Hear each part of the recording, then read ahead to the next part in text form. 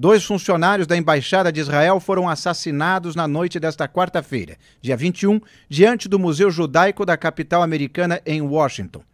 O ataque, classificado por autoridades como atentado terrorista antissemita, ocorreu por volta das 21h15, logo após o encerramento de um encontro de jovens diplomatas. As vítimas são Yaron Lishinsky, de 28 anos, cidadão israelense e alemão, e Sarah Milgrim, de 27 anos, americana. Ambos trabalhavam na missão diplomática de Israel em Washington. Ele como assistente de pesquisa para assuntos do Oriente Médio e Norte da África e ela no Departamento de Diplomacia Pública. Segundo o embaixador Yeschel Leiter, Lishinsky havia comprado um anel de noivado e planejava pedir Milgrim em casamento em Jerusalém na próxima semana. O autor do crime, Elias Rodrigues, de 30 anos, foi preso em flagrante. Morador de Chicago, ele gritou "Palestina livre", enquanto era contido por agentes da polícia local. Vamos acompanhar este momento da prisão.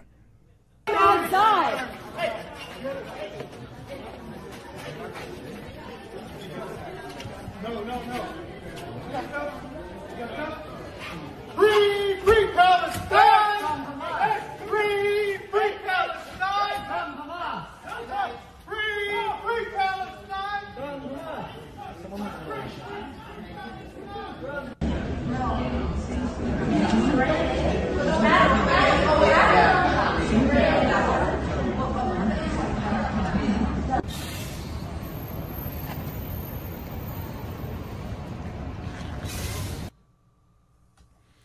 Alexandre Borges, boa tarde, se é que você pode dizer boa tarde em circunstâncias tenebrosas como essa.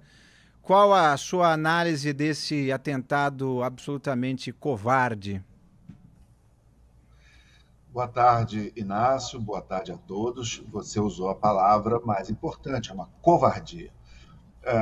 Nova York está a 10 mil quilômetros de Israel, então não há nenhuma justificativa para esse monstro, esse sujeito abjeto, que eu espero que apodreça na cadeia, ele pegue duas pessoas. Isso é a definição do racismo, Inácio.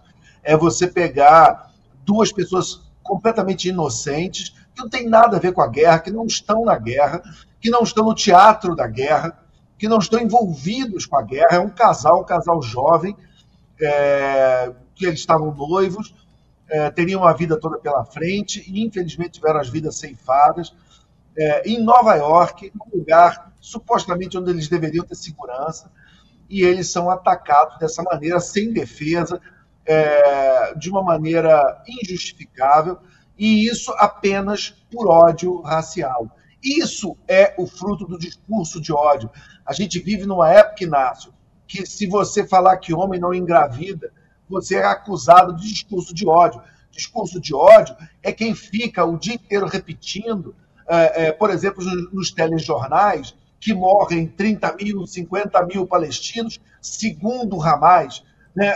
Informações que não têm a menor comprovação, pelo contrário, né? que são mentirosas, e ficam instigando ódio no mundo inteiro contra os judeus, contra o povo de Israel, que legitimamente luta pela sua sobrevivência, pelo seu Estado, que é de direito, aprovado pela ONU por mais de 100 países, numa decisão inquestionável.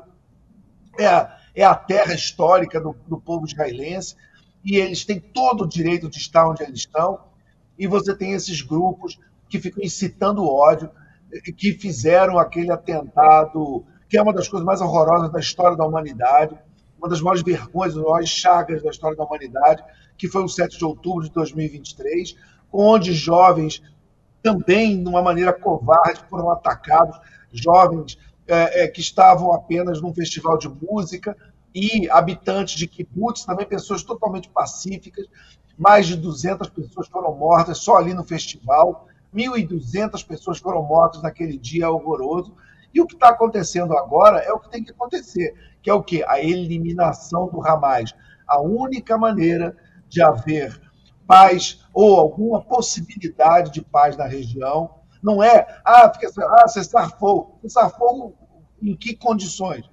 Com o Hamas existindo, com o Hamas no poder na faixa de Gaza, isso não é paz. Isso é dar tempo para que esse grupo terrorista se reorganize, junte dinheiro, junte armas, junte militantes e volte a atacar. A única saída para a paz é a eliminação do Hamas de uma maneira exemplar, para que uma ocupação por um tempo em Gaza, da mesma maneira que a Alemanha nazista foi ocupada. Ninguém aqui está inventando nada.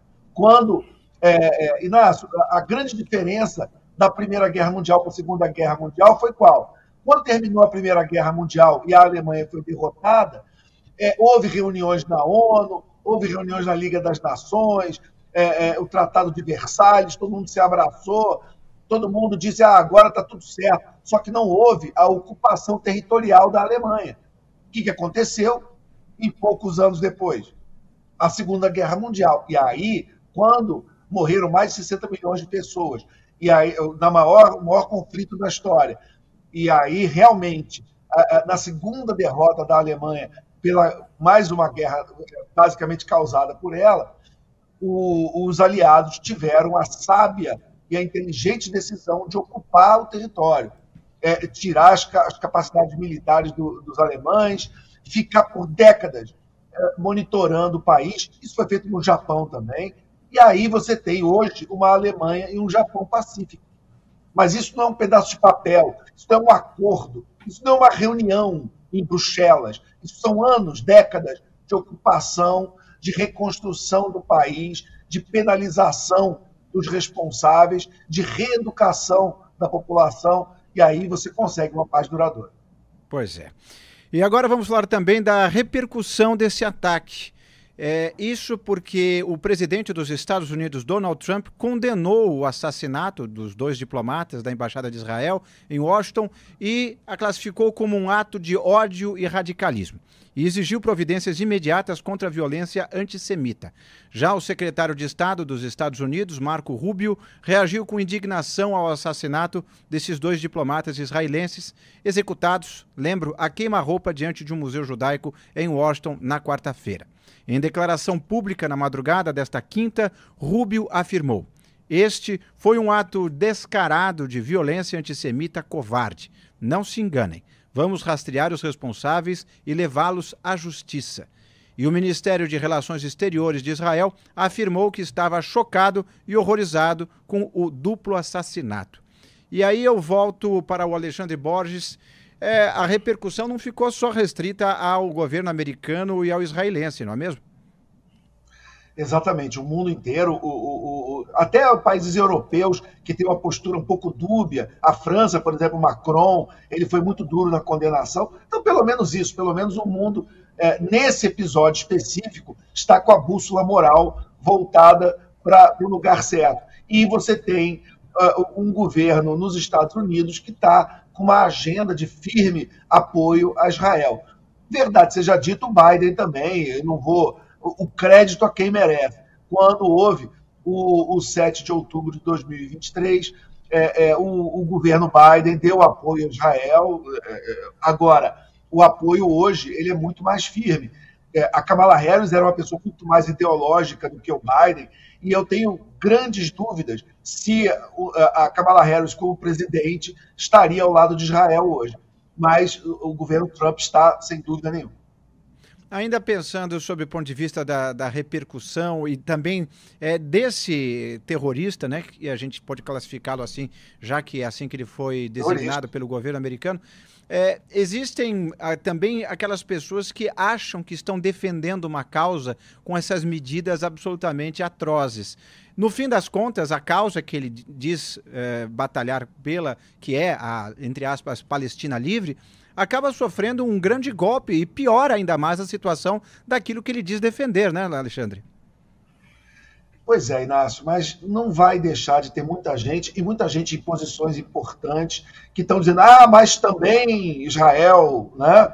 E esse tipo de raciocínio, infelizmente, você tem que combater no debate público, evidentemente, e também cortar fontes de financiamento de países que são inimigos de Israel e que botam fortunas no Ocidente, nas universidades, na imprensa, botam dinheiro e compram consciências nos Estados Unidos. Esses laços todos também têm que ser identificados e têm que ser cortados. Porque não adianta nada você ter universidades de elite nos Estados Unidos formando a próxima geração de políticos, de advogados, de ativistas, de jornalistas, recebendo fortunas do Catar, dos Emirados Árabes, de países da Turquia, até da China e da Rússia. Alexandre, Oi.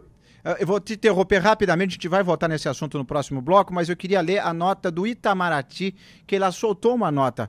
Ela diz assim: o governo brasileiro repudia com veemência o assassinato na noite de ontem em Washington de 2 jovens funcionários da Embaixada de Israel naquela capital. As vítimas tinham cidadania israelense e o ataque a tiros ocorreu nas imediações da capital Jewish Museum. Ao transmitir as condolências aos familiares das vítimas e ao povo israelense, o governo reitera sua firme condenação ao antissemitismo, ao extremismo e a crimes de ódio, como o ocorrido na capital norte-americana. Diz aqui a nota publicada hoje às 11h01.